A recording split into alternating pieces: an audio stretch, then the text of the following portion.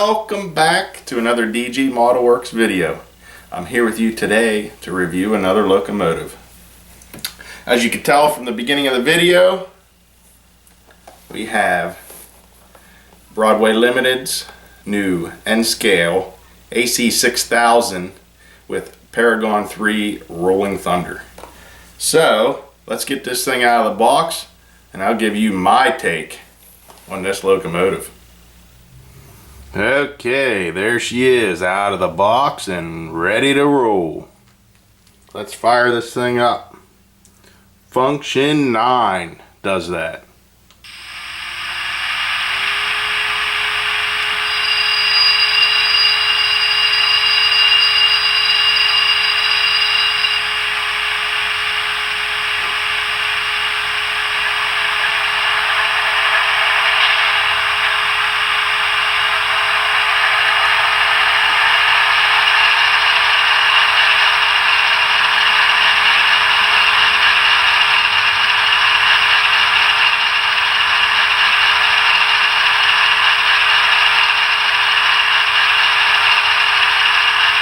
Alright, I'm sure you noticed the cab light to come on.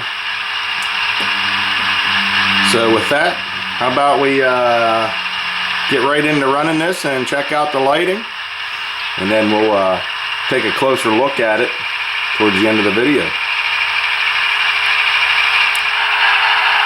Okay, I'm going to actually mute this quick while we discuss lighting. That's function 8 that does that. As you can see, I have all the lights on right now. The cab light comes on automatically, and we'll discuss that in a second. Then you got your headlight. The headlight and number boards both come on together. And function 7 are the ditch lights. We'll discuss the front lighting first here. Okay, and now as far as the cab light, that's on automatically until you reach speed step 3. Once you hit speed step 3, they will automatically go out, and I'll show you that here. And we'll switch reverse. I'm on reverse now. You notice the headlight's still on while it's sitting idle. Both the headlight and the rear lights are on dim. Not bright, but they're both on dim. Whenever you start moving in the direction that you're going, that light will become bright and the trailing light will turn off, whether you're going forward or reverse, whichever direction you're moving. So we have it in reverse. I'm going to start backing up and you'll see the cab light go out after I hit speed step 3. There you notice the headlight went out because the rear got bright. Speed step 2, speed step 3. And as you notice, the light went out. When we get back down below speed step 3, it comes back on. Direction, switch forward, come back. The headlight did get brighter. I'm not sure if you noticed that.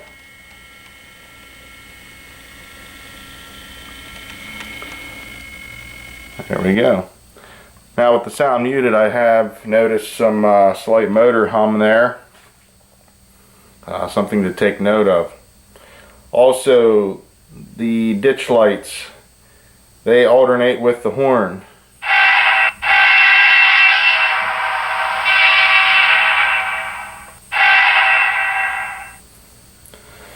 So there you go. We'll discuss some of the sounds here in a minute. I'll turn this around so you can see quick the rear lighting. Alright, now we're switched around the other way. You see the rear light, and you'll notice there are no rear ditch lights. So just take note of that. There are no rear ditch lights, and as it's sitting still, the light is on dim. If I stick it in reverse and start to move, you'll notice it gets brighter. And the front light went out. I know you can't see that. You have to take my word on it. Changing direction when we move forward, you'll notice it does go out. And as we're on the topic of lighting, I do notice a fair amount of light bleed coming around the lenses there. I don't know if I can zoom in here and get a closer look at it or not. I'll see if I can for you. There we go. I got in about as best as I could. As you can see, there's a lot of light coming in around the housing, the rear light housing, bleeding through. A lot of light bleed. So that's something to take note of there. Another really cool feature as we're talking about lighting, I don't know if I can't really get in there to show you, but it does have a full cab interior in this too, which is really cool, especially on something small like this. And as I stated in my last N-scale video, I'm pretty new to N-scale, so to me that's pretty cool. Alright, let's unmute this thing and check out some of the sounds and some of the functions, and then after that we'll follow up with a closer look at some details on this thing. There are 28 functions for this decoder, Paragon 3, and this is equipped with Rolling Thunder. So if you have their Rolling Thunder, Broadway Limited's Rolling Thunder kit with the subwoofer, this is compatible with that. I do not own that, so I cannot test that for you. There are 2 speakers in the fuel tank. In fact, why don't I just show you right now? There they are. 2 speakers in the fuel tank. Also, it says there are 4 horns available for this. If you go in and change the CVs, you can do that. But anyways, let's get on with this. And as far as the functions, we'll cover some of the more basic ones. The higher up ones that are like passenger announcements, freight announcements, maintenance sounds, city background sounds, farm background sounds, track sounds, you know, different things like that. Grade crossing horn is function 13.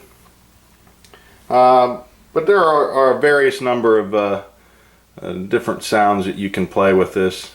We'll just cover the more basic ones in this video for the sake of time. So I'm going to unmute this again, which is function 8.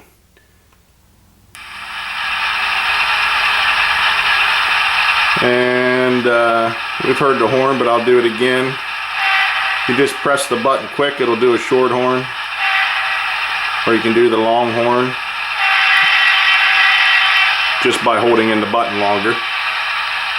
And I have noticed when you do a long horn blast, if you wait a minute, you'll hear like an echo of the horn.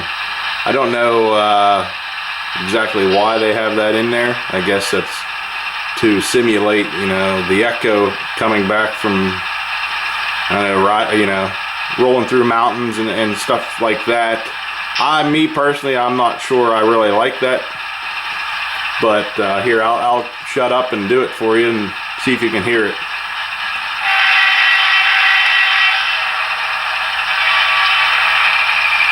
Did you hear that?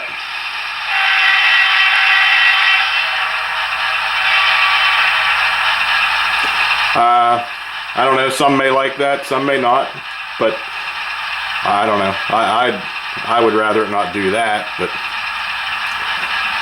function 3's coupler slack when moving.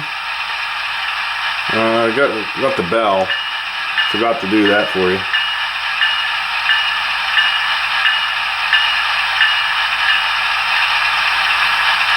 Function 4 is compressor, dynamic brake compressor when moving. Function 7 is your ditch lights. I think I covered that already. Function 9 is diesel startup and shutdown. Covered that. The next 2 that I really want to cover is function 5 and 6. The engine notch up and engine notch down. Function 5 is up, function 6 is down. Excuse me. That's pretty cool too, because while you're moving you can manually notch the sound up and down without the locomotive changing speed. Kind of like if you're familiar with full throttle. I hate to bring that term up because we're in a Broadway limited video, but it's pretty much the same thing, and I'll try to demonstrate that here in a little bit. Well, let's check out some of the slow speed moving in this and then see how that does. Bump this up. I'm on 28 speed steps. I'll bump it up to 1.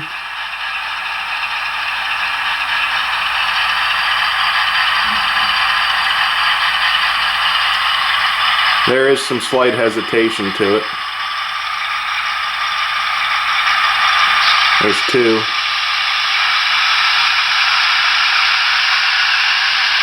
Still some slight hesitation. Just back this up here quick. Once you get to 3, everything seems to smooth out. 1 and 2 speed steps there, they weren't too bad, but there was some jerkiness. I think it doesn't show up as well in the camera as it really is doing it. But 1, 2, 3, it smooths out. Cab light goes out. It's really a nice smooth running once you get to speed step 3.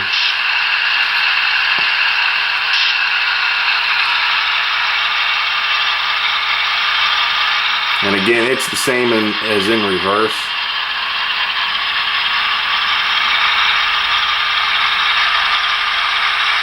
There we're at speed step 2. It's not too bad there. That actually might clear up once it's broke in too. So keep that in mind. Overall, not too bad. Do a little bit more high speed running here. There we're at 3, 4.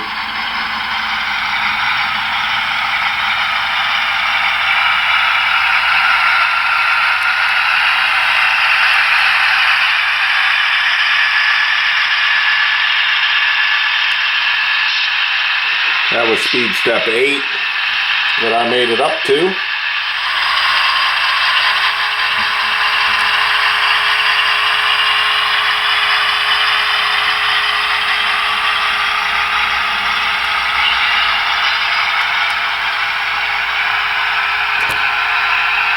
Overall, pretty cool.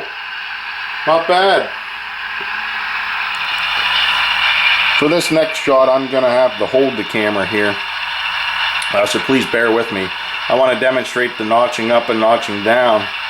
I'm going to just put this in speed step 1 or 2, but then I will manually notch up the prime mover. So see if you can hear that, and you'll notice that it doesn't move any faster. So we'll get this up. There's speed step 1. Let's just keep it in speed step 1 now. I'll function 5 once. It'll notch up each time I hit it. We'll do it again.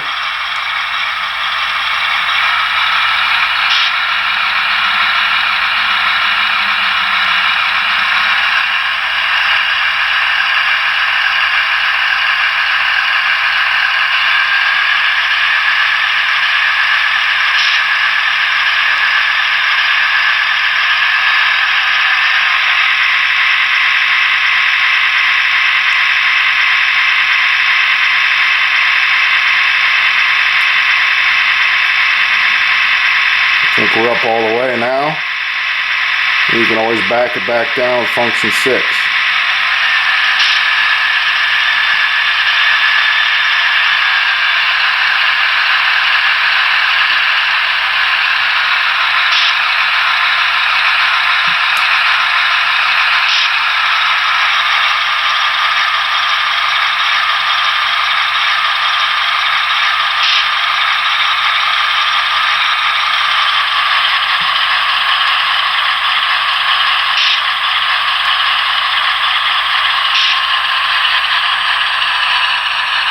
Again, that's pretty cool there. Excuse me again. So you could simulate pulling a heavy load, having to notch it up, get it moving, and then back it back down, going up hills, various things like that. Again, much like the full throttle feature in Loke Sound ESU. So that's pretty cool there. Alright, how about we just start at the front and move our way back. The detail on this is pretty impressive. I like it. You got your MU hoses, the ditch lights, everything's nice there. The grab irons on the front are molded on, except for the larger ones leading up from the steps, and the ones on the nose, the top there, those are separately applied. You do have windshield wipers, sunshades, rear view mirror. I do notice there's some gunk there in the paint on the sun shields. That's kind of crappy looking. Looks like they might have had a hair or something and painted over it. Truck detail is very, very nice. I like that.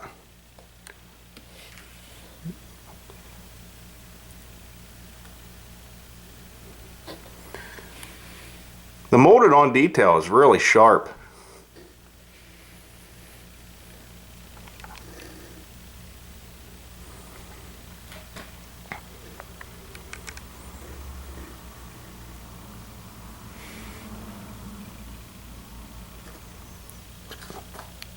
Nice job with the fans on top, or the grills, I mean. The grills on top are pretty nice. I do notice one of the exhaust stacks is glued on crooked. I will flash up a picture here quick.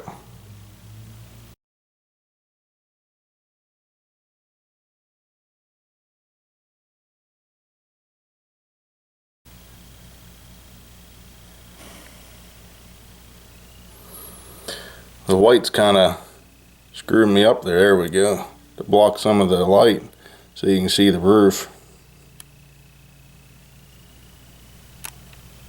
Roof details. Get to the back. Again, really nice. It does have some separately applied grab irons there too on the rear. There you see the rear light housing. I talked about the light leak. The light bleeds out from around that housing. Pretty good, you know, I mean, it's really noticeable.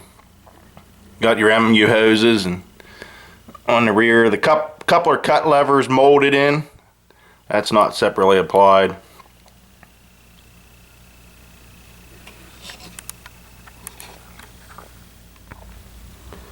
Here we'll take a look at the other side quick.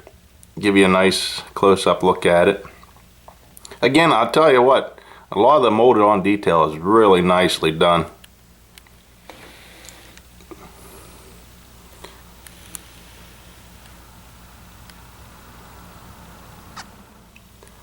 Alright, as we head into my closing comments, I do want to point you to the direction of the walkway and the cab.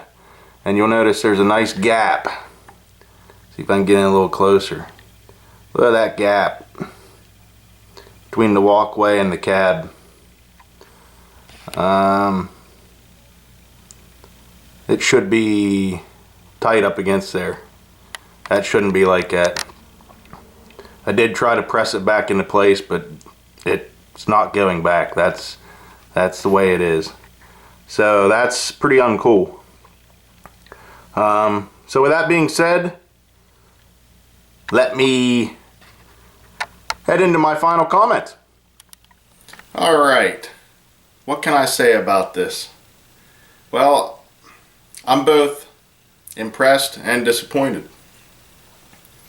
Overall, I mean, it's a great looking locomotive.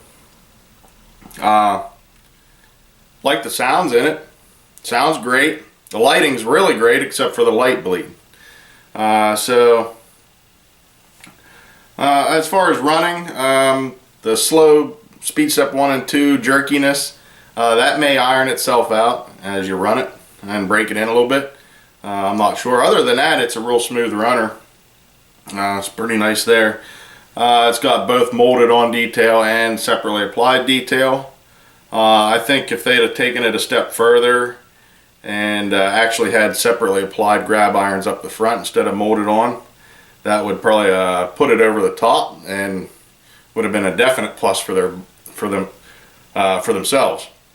But overall, not bad. At least they put someone there.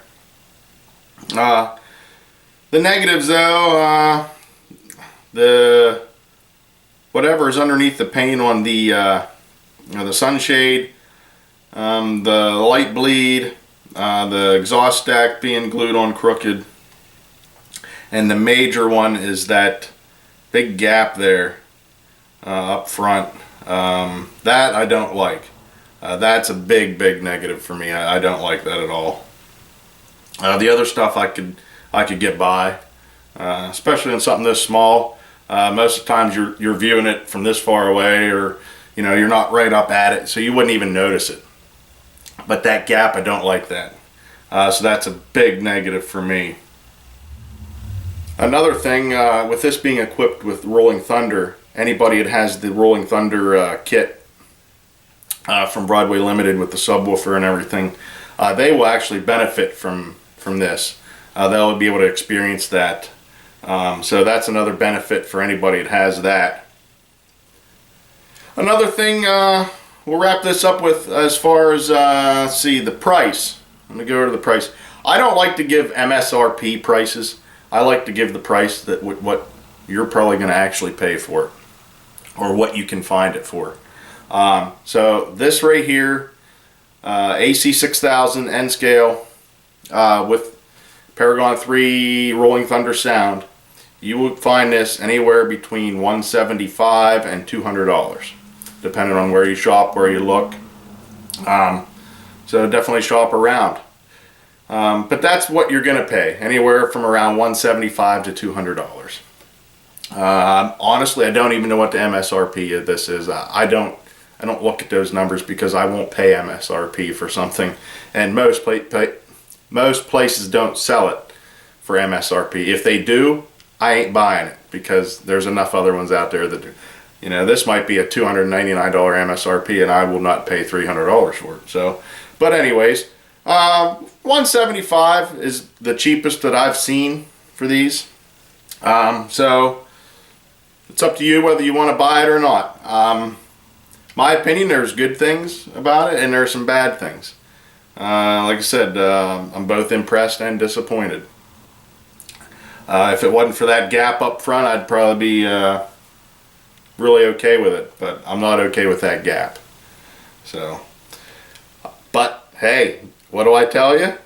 That's just my take. So, alright guys, take care, and you judge for yourself. And guess what? I'll see you in the next video.